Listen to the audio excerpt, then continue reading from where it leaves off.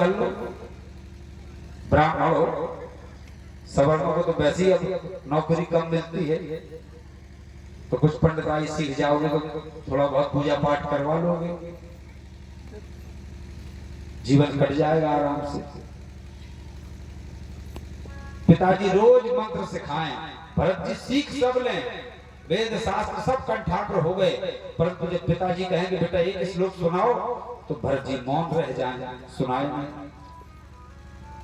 क्योंकि जानते हैं अगर पिताजी को एक श्लोक सुना दिया तो दूसरे दिन कहेंगे दूसरा सुनाओ, फिर तीसरा सुनाओ, फिर चौथा सुनाओ, और 10, 15, 25 श्लोक याद हो जाएंगे तो एक आध दिन पिताजी कहेंगे जाओ बेटा फलाने दादी की सत्यनारायण की कथा बाँचे, और एक कथा बाँचे नहीं तो कहेंगे अब जाओ इसका शादी पढ़ाओ, विवाह करवा दो, फिर कहेंगे भागवत करवाओ, तो फिर माया में फंस जाएंगे। और भरत जी अब माया में फंसना नहीं चाहते थे, तो पिताजी ने खूब कहा बेटा एक श्लोक सुनाओ, भरत जी मौन, कुछ नहीं बोले, बहुत डांटा पीटा, लेकिन फिर भी भरत जी नहीं बोले। तो पिता ने कह दिया तू जड़ है, मूर्ख है, इसलिए भरत का नाम पड़ गया जड़ भरत। अब पिताजी तो चले गए धीरे धीरे। अब जो और भाई थे उनके विवाह हो गए, तो भाभियों ने उनकी कहा अपने अपने पतियों से कि बोले हमारा ये जो पति है वो अपने पतियों से कहा कि तुम्हारा जो भाई है बोले ये दिन भर कुछ नहीं करता है, बैठा बैठा खाता है, तो बोले इसको कुछ काम में लगाओ। तो भाइयों ने कहा कि एक काम करो भैया तुम खेत में चले जाओ, बोले अपनी बहुत सारी खेती है, जमीन है और फसल बोई जाती है, तो चिड़िया बहुत नुकसान करती हैं, तुम चिड़ियों को भगाना। भरत जी खेत में जाकर के कुटिया बना करके रहने लगे। अब चिड़िया जब खेत को चुनने के लिए आवे तो भरत जी उन चिड़ियों को हाथ से उल्टा बुलावे, राम जी की चिड़िया राम जी का खेत, खाओ मेरी चिड़ियों भर भर के, राम जी की चिड़िया राम जी का खेत, खाओ मेरी चिड़ियों भर भर के।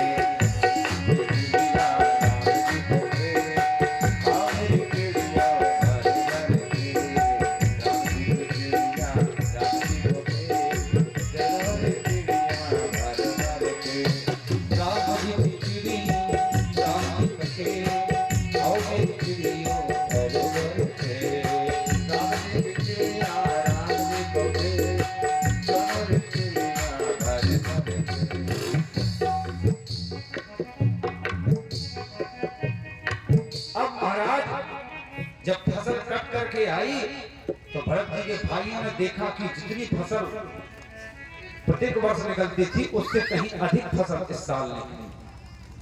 भरत जी ने चिड़ियों को खूब खिलाया, तो इसलिए भगवान को जितना देना है उतना देना ही है। तुम चाहे चारों मेड़ों पर चारपाई डाल के सो जाओ,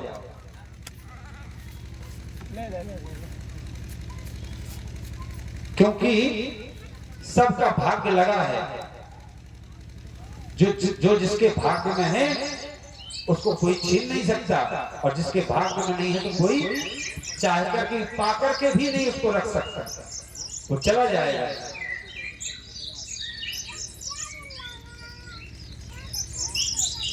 एक दिन डाकुओं के सरदार ने भद्रकाली मैया के सामने प्रतिज्ञा की कि मैया अगर मेरे घर में पुत्र हो जाएगा, मुझे पुत्र की प्राप्ति हो जाएगी, तो मैं आपको नर बलि चढ़ाऊंगा। माँ की ऐसी कृपा, माँ का तो स्वभाव वैसे दयालु होता है, कृपालु होती है मैया। तो माँ की कृपा से उस डाकुओं के सरदार के यहाँ पुत्र रत्न की प्राप्ति हुई। तो सरदार ने डाकुओं से कहा कि जाओ भाई किसी आदमी को पकड़ लाओ। अब डाकू गए तो घूमते घूमते भरत जी दिखाई दे पड़े, तो कहा चलो भाई हमारे महाराज ने बुलाया है। भरत जी को पकड़ के ले गए। सरदार ने पहले तो खूब मालपुआ रबड़ी खिलाया भरत जी को और कहा चलो हमारी कुल देवी हैं, उन कुल देवी के दर्शन करा लाओ आपको। तो भद्रकाली मैया के मंदिर में पहुंचे और कहा कि ये हमारी कुलदेवी है, इनको प्रणाम कर लो। और भरत जी जैसे ही प्रणाम करने के लिए झुके और उसी समय सरदार ने तलवार निकाली, भरत जी की गर्दन पर प्रहार करना चाहा, परंतु भद्रकाली मैया मूर्ति से प्रकट हो गई और अपनी खड़क से उस ठाकुर के सरदार की गर्दन धड़ से अलग कर दी। भरत जी यह दृश्य देख करके आश्चर्यचकित हो गए। अब तो भरत जी ने प्रतिज्ञा कर ली कि अब तो मैं माँ की ही सेवा करूंगा। तो भरत जी वहीं पर माँ की सेवा करने लगे। एक दिन सिंधु सौवीर का राजा रघुगण कपिल भगवान के आश्रम में रोज सत्संग करने के लिए जाया करता था। तो उसकी पालकी में जो कहार लगे थे, एक कहार बीमार पड़ गया। राजा ने कहा क्या बात? कोई बात नहीं, अगर एक कहार बीमार पड़ गया तो पूरा राज्य अपना है, किसी को भी पालकी में लगा लो, राजा के लिए कौन मना कर सकता है। कहार गए तो कहार ने देखा कि बढ़िया हट्टा कट्टा आदमी मंदिर में बैठा है। कहा चलो भाई, राजा साहब ने बुलाया है आपको। भरत जी चले गए। राजा ने कहा कि लग जाओ पालकी में भाई, एक कहार बीमार पड़ गया हमारा। भरत जी लग गए पालकी में। अब जैसे ही चले तो भरत जी तो अहिंसा के पुजारी थे। जब चलते थे तो नीचे देख करके चलते थे कि कोई जीव जंतु मेरे पैरों के नीचे ना आ जाए, जीव हत्या ना हो जाए, हिंसा ना हो जाए। तो जैसे ही भरत जी चले, कोई चींटा चींटी पैर के नीचे आ जाए तो वो उछल जाए। और जैसे ही उछले तो पालकी का डंडा राजा की खोपड़ी में लग जाए। अब राजा को बड़ा क्रोध आ गया। राजा ने कहा, कहार क्या कर रहे हो, उछल कूद कर रहे हो? कहार बोले, महाराज हम कुछ नहीं कर रहे हैं, ये जो नया कहार आया है यही उछल कूद कर रहा है। कहा भाई सावधानी से चलो। थोड़ा और चले, फिर से कोई जीव जंतु चींटा चींटी आ गया पैर के नीचे। तो फिर से छलांग लगाई भरत जी ने। फिर डंडा राजा की खोपड़ी में लगा। एक बार हो गया, दो बार हो गया, तीसरी बार जैसे ही छलांग लगाई तो राजा बड़े क्रोध में भर कर बोला, कहार तू बड़ी उछल कूद कर रहा है, तेरी इतनी पिटाई करूंगा कि तू जितना मोटा है उतना पतला कर दूंगा। बोले जीवन भर बैठ करके खाया है ना, कुछ मेहनत नहीं की, खा खा करके बहुत मोटा हो गया है। अब तो भरत जी से नहीं रहा गया। भरत जी ने सोचा जीवन भर जरूर नहीं बोले, लेकिन ये राजा है तो धर्मात्मा, परंतु पद के अहंकार में कभी कभी शुभ कार्य करने पर भी व्यक्तियों को अहंकार हो जाता है कि मैंने किया। इसलिए हम अच्छा कार्य भी करें, भागवत भी कराएं, यज्ञ भी करें, भजन भी करें, तो कभी भी शुभ कार्य को का भी अहंकार नहीं करना चाहिए। ये मान लो कि ये सब मैं कुछ नहीं कर रहा हूं, परमात्मा जो हमसे करवा रहा है हम कर रहे हैं, हम तो उसके हाथ की कठपुतली हैं। भरत जी ने सोचा कि ये धर्मात्मा राजा है और कपिल भगवान के यहाँ सत्संग करने जाता है, लेकिन ये बात मूर्खों की तरह कर रहा है। इस तरह से तो संतों की बदनामी होगी।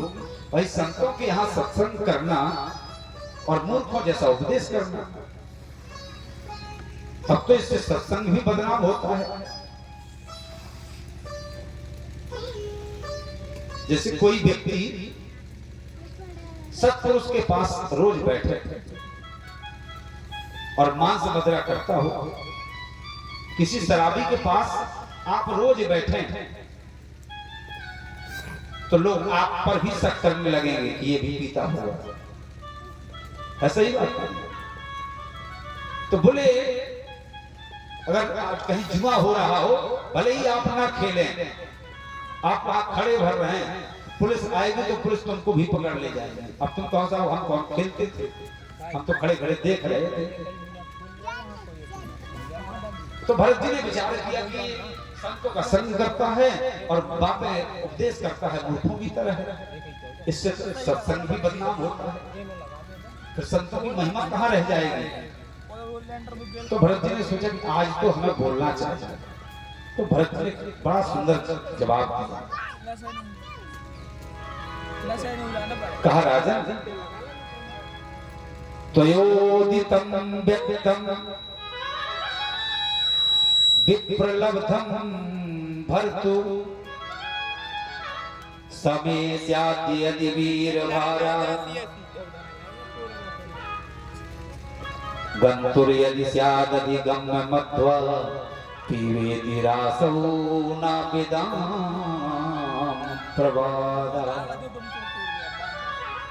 कहा राजन, ये मोटा पतला पैदा होना मरना ये तो सब शरीर का धर्म है, आप मुझे क्या मारोगे?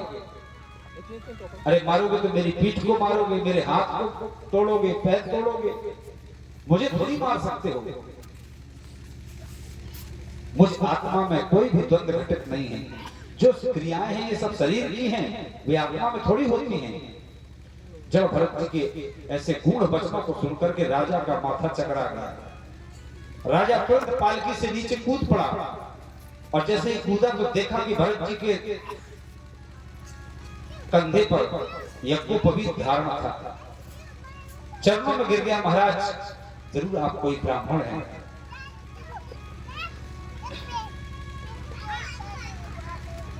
राजा बोला, महाराज मैं संसार में किसी से नहीं डरता हूं, परंतु अगर डरता हूं तो केवल ब्राह्मणों से डरता हूं। इंद्र कुलिस मम शूल विशाला काल दंड हरि चक्र कराला। इंद्र कुलिस मम शूल विशाला इंद्र कुलिस मम शूल विशाला काल दंड हरि चक्र कराला।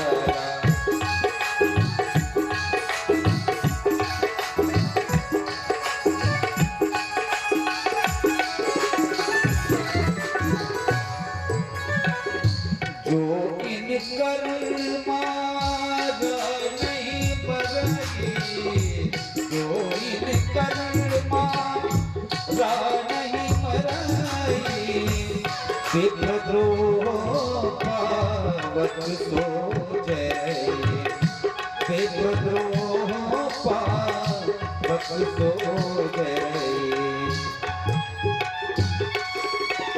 महाराज ब्राह्मण अगर नाराज हो जाए तो केवल उस व्यक्ति को नहीं, बोले उसके पूरे वंश का विनाश कर देता है। जब भरत जी मुस्कुराकर